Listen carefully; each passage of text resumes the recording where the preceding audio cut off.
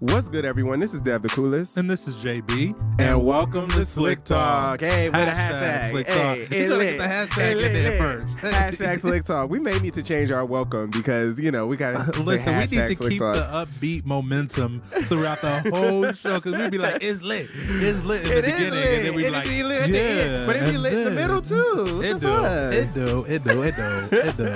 You right. Anyway, welcome back, y'all, to another episode of Slick Talk. Yes, sir. We're not shooting the shit, but there's some things that we kind of want to talk about that we've just been pretty passionate about as of late, especially since we've been quarantined. Absolutely. We've been watching a lot of cinema. Yeah. In particular, movies, black cinema, black shows. Yeah. And we kind of just want to talk about it and unpack and make some recommendations and stuff like that. So what are you watching right now? So right now, I mean, as far as like black shows or like black cinema, I actually just finished watching again for like the 20th time Love Jones. Okay. And I see myself that'll never get old. That'll never get old. There's some black cinema, it just would never get old. Right. Like I can watch The Wiz over and over. But anyway, Love Jones. Go ahead. Listen, the scene in Love Jones where she was just like, so I remember they was in a taxi and she was just like, you guys did it? Remember they did it? Her and Lorenz Tate did it the night before. It was a little scene where they did it the night before. They're in the taxi. Y'all that remember the movie. Remember the scene. I haven't seen it in a year, so that's why I like. There's an iconic scene. And then there's an iconic scene when they're in the taxi and the two girls are just kikiing and the two friends are just kikiing. And she was like, so how was a dick? How was a dick? And she was just like, it's like it spoke to me. And then her friend was like, girl, what did it say? And she said, it's like it said, Nina. Not the It was so it was hilarious. I don't know why I don't remember that. I haven't seen that movie in so long now. So no, I love that movie. But yeah, that and Madam C.J. Walker, which you mentioned Self-Made. before. Self-Made. Yeah, it's on Netflix. So let's unpack that. So I don't want to give it away to anyone that hasn't seen it. I really recommend people seeing it. It's really good. It is overall. Which I wasn't, to be honest with you, I wasn't expecting it. Yeah. I'm more of so like a serious, dark type of person. Like that is like drama. I don't know what kind of category that falls in. I wouldn't say like a biography, whatever. Biopic. Thank you. I wouldn't say it was that. Like, I've always had an issue with Hollywood kind of like glamorizing the black struggle, period. Yeah. Right? And then I've heard that some things were put into it to make it very Hollywood eyes. Absolutely. Like, hence the music. Right. I thought the music was a huge contrast to what was going on. The music kind of threw me off. Yeah, I was like, that's interesting how they have like this taking place back in the day, but then the music is like kind of modern. Very present. They were playing, I love Alex Isley, but they were playing like Alex Isley. They were playing some rap. And it's like, it's cute. Like, it's a black movie. I love it. Like, play what you need to play. But it kind of threw me off. Also, Tiffany Haddish threw me off a little bit. But not because, like, I want her to expand. You know, I don't want her to be in this box of just a comedian. Sure. But watching if if that's what it is, that's what it is. But for her, it was like watching Tiffany Haddish. Yeah. And it kind of, anytime she was on, it would like throw me. It's going to always be like that. It would throw me off. You know what I mean? Like, I don't know. She did decent. I couldn't take her crying seriously. Like, it was. Yeah. But I do recommend Self-Made. It's really good. I definitely Octavia Spencer was amazing. Blair Underwood was amazing. Yeah. Love their acting choices. Anyway, what else are you watching? What am I watching? Yeah, what are you got? What are you watching over there? That's black. That's black. Because I'm or that has like black characters that are just anything, I guess. I just got into Black Lightning. That's not really black, but it's I like think my mom loves that show. Yeah, it's like it's on Netflix. Yeah. What else am I watching right now? I'm watching Lock and Key, but that's not black. But Lock and Key is really good.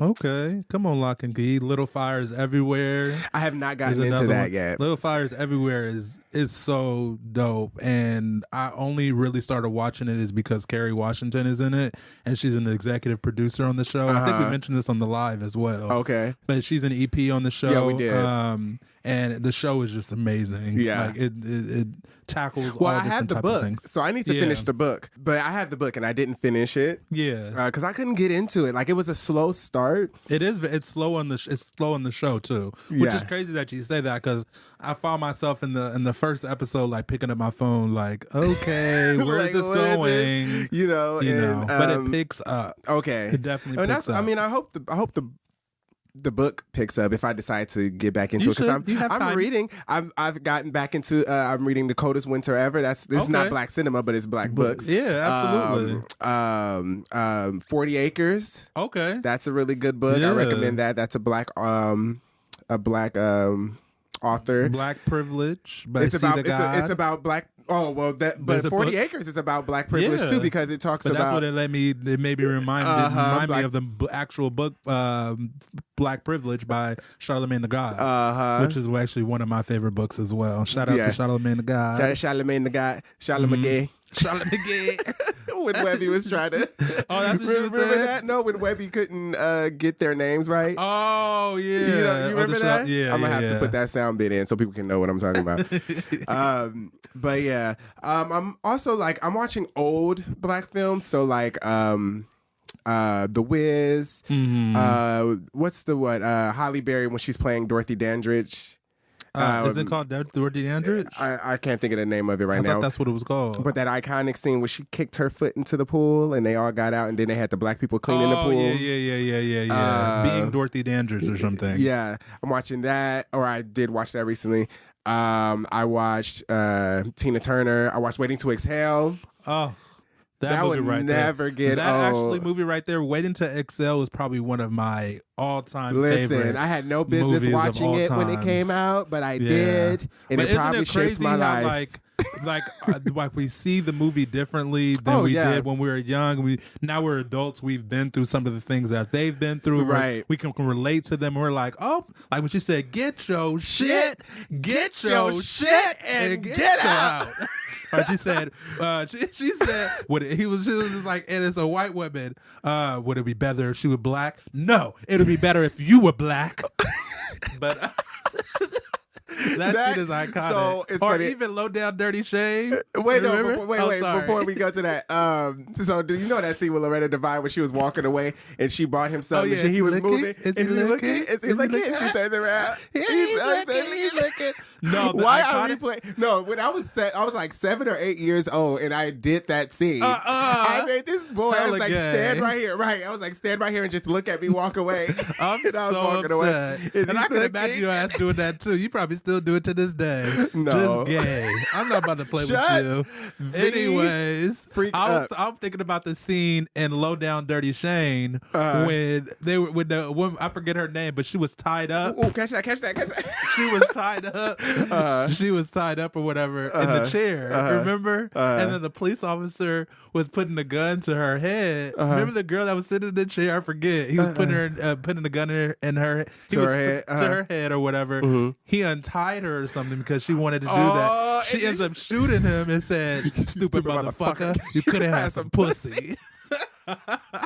Listen, these movies are iconic. Oh my God. If you haven't seen these movies right now, it's the perfect time. I hope y'all are making a list. The one that was Low Down Dirty Shame. Yes. Stupid, we say that randomly, stupid motherfucker. But there's also some great, I know, right? And I posted that one to just that clip alone. There's also some they're like posting, like I'm not posting, but they're like showing different like shows now. I think they have like Living Singles on there. Different World. A lot of like I hate that I can't find Martin anywhere.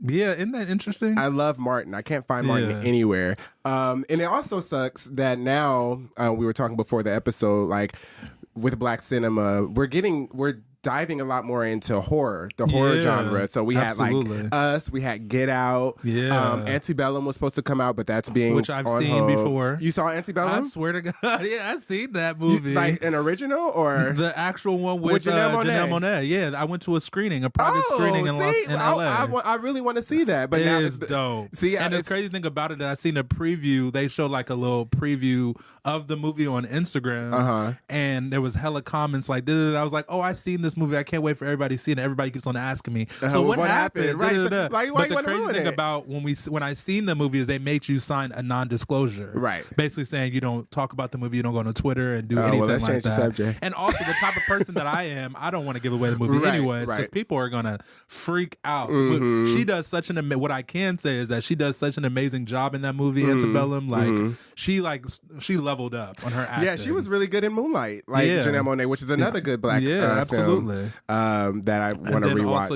Candyman with all them bees. Are and you stuff. excited to see that movie? Yeah, I love horror. Speaking of which, they showed the the old one, the original one, the Candyman. The original Candyman is on Hulu.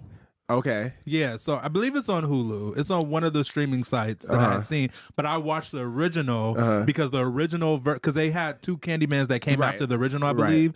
So the original Candyman completely correlates to the one that's coming out soon. Like it's a continuation.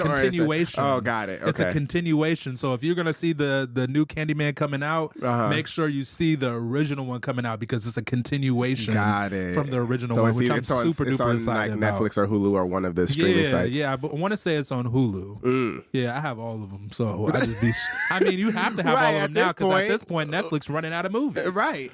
I was like, I don't want to watch the other day. I said I just finished Netflix today. Oh yeah, I seen that for real. Because I'm like, well, what else is there to watch? I mean, there's a lot to watch, but it's like when you get in this mode of like you only have a specific type of like genre of movie you prefer that you're to into see that day, or that you just prefer. Like we wake up on Monday, you're like, oh, I want to watch a comedy, right? And you wake up on Tuesday, and be like, I want to watch something that's a little scary. And then Wednesday, I want to watch something melancholy because I'm feeling down, right? But I just to go back to the horror genre, like I love that as Black people we're getting into that more. Absolutely. Because there was such a narrative that Black people or any people of color, we can't sell. Like we can't sell well. Like we can't sell as well as the white actors or the white producers and directors. Now we got boss people of all ethnicities. I mean, if you think about it, like just the movie, the Love movie that came out, the romantic comedy, The Photograph. Oh, with Issa that Rae. Was really good. That's another one that was with Steinfeld. Yeah. Is that his last name? I don't know. Stop rubbing your leg. Why? But no, Photograph, that was really good. That's another genre that we're getting into. And a lot of people didn't like that movie, but see, this is the thing. I would rather we still be represented and having these Black movies come out and people like give their feedback about we don't like or whatever the case may be, because at the end of the day, it's still representation and it's still showing that we can bring numbers. We're not monolithic. Like we can do different things and still have and bring in money. Story. When was the last time we seen like a Black love story like that wasn't and it was generational? Yeah, like this movie just wasn't cliche. It wasn't like stereotypical. It was different, and Issa Rae was completely beautiful. I still have to see who her stylist and her makeup artist was doing this movie because they had her completely on point. Yes. So I personally enjoyed that movie. What's the other movie that recently came out with the two, like the Bonnie and Clyde vibe? With the you're talking about the one by I Want to Be Lena Your Waithe. Legacy. Yeah. I can't. Oh God. Slim. Queen and Slim. Queen and Slim. That's another good one. I mean, that's a different type of love situation. What do you think about that movie? I like because I finally saw it when it came out and I hadn't seen it at the time. I liked it. I did not expect the ending. It's a lot of nuance in it. There's a lot to unpack. The black cop helped them, but then the little black boy killed the black cop. I mean, I'm giving it away a little bit, but there's a lot of... You need to see that movie already. You need to see it. And then the way that it ended... I have to see that it was again. like a week span. They went from a Tinder date to the following week. Right. Everything happened so quickly. If you think about it, everything happened so quickly. So quick. I actually, and this is kind of like a little boast, but when I did see the movie, it was at Tina Knowles and Richard Lawson's theater in Los Angeles. It was a private screening there as well, and I was just so nervous to be around like a group of like creative people that I look up to. Like the director was there as well, so I really didn't even get to Melina is her name, but I really didn't get to pay attention to the movie because I was just really nervous. I was in the front, but I did see the movie, but it was just kind of like a lot going on. People like around there was a lot going on. Beyonce was there. I mean, Beyonce wasn't there. I know, but her mom was there. That was enough for me. Right, where Beyonce came from. The womb is right there. Exactly. The creator. But I definitely want to see it again. Okay. Out of that. But yeah, so yeah. So this is a complete left. JB was like, why are we talking about this? But I just wanted to get it out there really quick. And since we're talking about cinema. You have every right to say what's on your mind, Thank brother, you. I do want to talk about, like, date nights. You go to restaurants and stuff when you go see a movie. I just want to tell y'all real quick, because I work in a restaurant. Try to do the segue. You go to restaurants when you go see the movie. Okay, come on. Did it work a little bit? You technically do. So I want to tell y'all some stuff, because y'all know I work at a restaurant, right? There's a few things y'all need to know. Oh. Yes, y'all are here for an He is ready, child. He was practicing in his living room before we came. But I want to say, like, there are, like, first of all, we treat your servers as human beings. They're human beings, period. Like, we may mess up, we may make mistakes. It's up to us to fix it and make it better. But we make mistakes. Don't hold it against the person, right? You're there for an experience. Absolutely, we're going to give you that experience. With that, when your experience is done, leave. Eat your food, get dessert, and get out. We ain't sitting. We're not getting paid after you're done and you close your check and you just la-lying. You need to go so somebody else can sit there so we can make more money. I think the perfect line to say to what you just said right now is, once upon a time, we used to say on the podcast, lead with love. Right? Yeah. Right? Yeah, but that's not what I'm going to say to this one. Obviously, always lead with love. But in this type of situation, when you're dealing with people and workers and restaurants and waiters and waitresses and everything like that, I would say lead with empathy. Yeah. Right? Yeah. Like, just put yourself in someone else's shoes and imagine you waiting on tons and tons of different people and rushing and then not even sure of how much you're going to get paid by the end of the night. Exactly. Because, I mean, I know obviously, because you work in a restaurant, but a lot of the money stems from tips and everything. Exactly. And that's what I wanted to thank you for bringing that up, though, because people don't understand how tips work. I see stuff all the time, and it infuriates me when people are like, anything more than the total that's for my food is a tip. Yes, granted, by definition, that is true. But you need to understand that when you tip your server isn't taking all of that money. Yeah. I'll give you an example for me. If you tip me 15-18%, which is ideal. You'll tip 10% if it was really bad overall. Like, that's how I look at it. Like, I would still tip you, but I'm going to just give you 10% because everything was bad. But I think 15-18% is ideal, is what you want to shoot for. Now, of that percent, I have to tip out the bussers. Depending on the day, it's either 3% or 3.75%. So that already knocks down from that 15 or 18%. Keep count, y'all. Keep count. Then I have to tip out the host, which is another 0.75%. Then I have to tip out the food runner, the person that brings out the food. So I'm tipping him 1.75%. Goodness. And then I'm tipping out the bar. Yeah. And the bar is 5%. Yeah, I knew the bar would be a lot. So we're not taking all that money is being allocated to everyone that's a moving part. And that's at my job. My previous job had a drink runner that they would have to tip out. Yeah. You know what I mean? So there's the layers that go into it. People just don't understand that. So if you tipping somebody $1 on an $80 bill, at the end of the night, we still have to tip everyone out. Now we're tipping out of our own pockets. Yeah. Like, literally from our own pockets, not from the money we made from that day. We have to tip everyone out from what we have in our pockets. Absolutely. So that I just want to get that out there too real quick. That's probably why people act the way they do. Well, I mean, outside of just people being assholes, but I think people just don't know the intricacies of like what goes behind the scenes of like waiters and everything like that. But yeah, there's definitely ways to kind of like carry yourself when you're in those type of environments. I've never worked at a restaurant, but I've always had respect for people that have worked at a restaurant because I always practice empathy. I always try to think about what it would be like for me in the other people's shoes. That's just the type of nigga I am. Right. No, and then that's not to say that there are going to be times where you're going to get a server that's an asshole. No, and absolutely. then you can see that. Like, that's there. But if you know that someone's trying, and when you see someone's trying, or the food comes out wrong, that's not necessarily the fault of the server. The kitchen probably messed up, so you shouldn't take it out on the server and take it from their tip. Like, so what did you? A real question. I don't have a lot of time. But one question I do have for you is: say, for example, you're working at this real high-end restaurant. Would you do work at a nice restaurant, high-end, but like, say for example, where like the food is just like way overpriced overpriced or whatever. Like, what would you recommend? Because a lot of people like to go for their birthdays and go to these nice, expensive restaurants and then not be able to going leave, on a date. Or go on a date and then leave like this small ass tip because they just cashed out for all this food.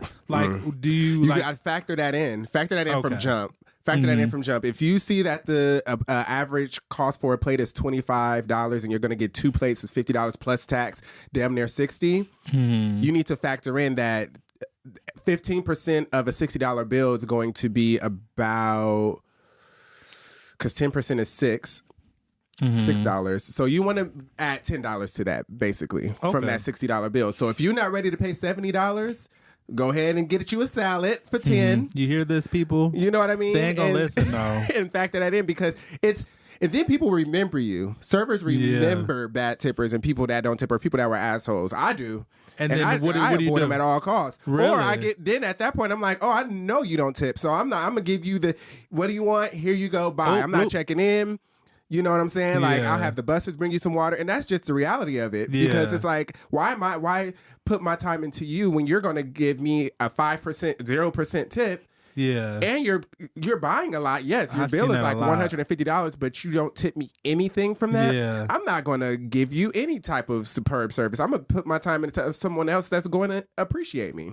Yeah. So is a stereotype right? Is a stereotype correct though that black people don't like to tip? That is not true. Okay. That is not true. I do think that, and this is not just black people, a lot of people need education on tipping in general. Me being a black person and in the black community, I can see it more than other people probably can, but that's the same with any group. I think ethnic group, they'll probably notice that, oh, you don't know how to tip. You know what I mean? Yeah. But no, we know how to tip. Okay. I know how to tip. I know how to tip. Right. I'm just trying to judge people. Stereotype is out there. I judge people on my first date if they're the one paying for it. I judge them off of how much they tip the server, or if they tip the server at all. Okay. That's something that I look at. But yeah, let's wrap that up. I just wanted to get that off my chest, y'all, while I'm off of work. And I may even talk more about it later on down the line. I'm sure we'll circle back to it. Maybe we'll talk on it. But black cinema is thriving and popping. Yes, so go support, keep supporting, support your local friends that are doing their thing in cinema and or there's this entertainment website generally. Called this thing. I forget what the website it is. I'll probably put it in the bio. But it's like not a website, but it's like a Instagram page or like a something on Twitter where they show you about all the black cinema, like old movies, new movies. Yeah, I know there's a black Netflix movie. There's a black in cinema. There's a lot of pages. So we'll let y'all know about that. Yeah. Thank y'all so much for listening to another episode. So much. This is a shorter one, but but it was a good episode. But it was good. Yeah, and I enjoyed it. Now we're gonna take some Jameson. Bye, y'all. See y'all next week. Love y'all. Take care. Stay home.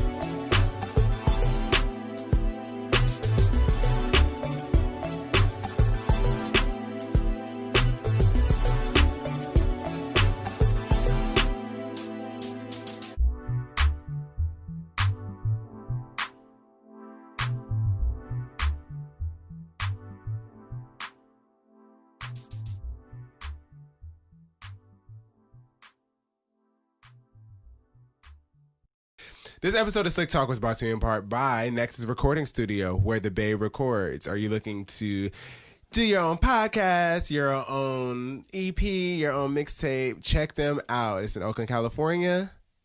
That's where we record, and it's amazing.